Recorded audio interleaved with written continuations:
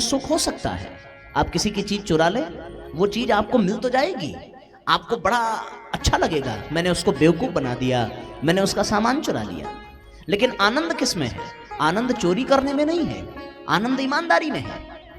झूठ बोलने में सुख हो सकता है, मैंने उसको तो मूर्ख बना दिया, मैंने उसकी आंख में आंखें डालकर झूठ बोल दी और वो जान नहीं पाया।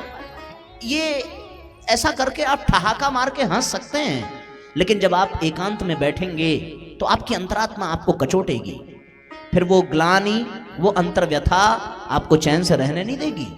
लेकिन अगर आपने सत्य बोल दिया, उस सत्य के नाते आपको थोड़ा दंड ही सहने को मिल गया, थोड़ा अपमान सहने को मिल गया, फिर भी अंदर एक संतोष रहेगा, एक आनंद रहेगा। हम जितना अच्छाइयों की ओर बढ़ते जाते हैं साथियों, उतना ही हमारे जीवन में आनंद बढ़ता है, उतना ही हमारे जीवन में परमात्मा का प्रवेश होता है।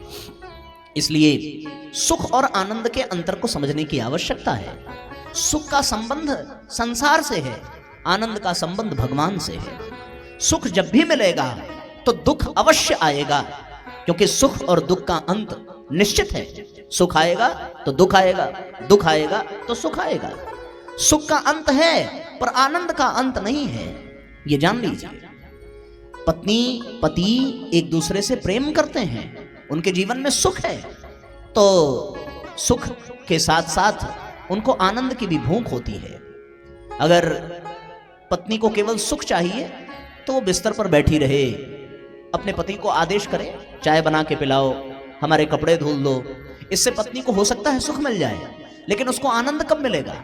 उसको आनंद मिलेगा अपने पति की सेवा करने में, उसको आनंद मिलेगा अपने पति के कार्य में हाथ बटाने में। बच्चा भूख से रो रहा है तो उसको भूखा छोड़ करके माँ मोबाइल में बातचीत करने में लगी हो, घूमने टहलने चली जाए, सुख तो मिलेगा लेकिन आनंद नहीं मिलेगा। वो मेहनत करे, भोजन बनावे और बच्चे के मुंह में निवाला चला जाए, तो भले ही भोजन बनाते समय उसके हाथ जल गए हों, उसको पसीना हो जाए, वो बेचारी थक जाए, लेकिन अगर बच्चे ने प्रसाद ग्रहण कर लिया तो उस माँ को आनंद की अनुभूति हो जाती है।